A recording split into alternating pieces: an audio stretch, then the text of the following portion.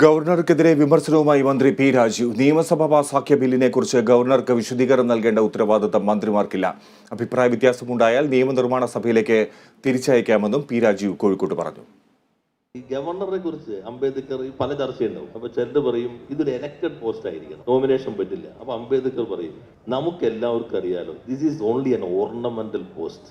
സ്വന്തമായി തീരുമാനമെടുക്കാൻ അധികാരം ഒന്നുമില്ലാത്ത ഒരു പോസ്റ്റിലേക്ക് ആത്മാഭിമാനമുള്ള ആരെങ്കിലും മത്സരിക്കാൻ തയ്യാറാകുമോ? ഇതാണ് അന്ന് അംബേദ്കർ ചോദിക്കുന്ന ചോദ്യം. അപ്പൊ ഗവർണർ പറയാണ്, ബില്ല് പാസ്സാക്കിയിട്ട് അത് എനിക്ക് വേണ്ടത്ര തൃപ്തിപരമായ വിസ്തീർണം കിട്ടിയിട്ടില്ല.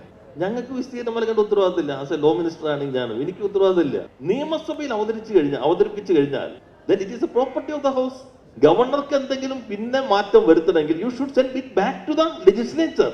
വളരെ വ്യക്തമാണ് ഭരണഘടന. പക്ഷെ ഈ ഭരണഘടന വായിക്കാൻ യാത്രയുടെ തിരക്ക് മൂലം പല ഗവർണർമാർക്കും ഇപ്പൊ സമയം കിട്ടുന്നില്ല. അതാണ് പ്രശ്നം.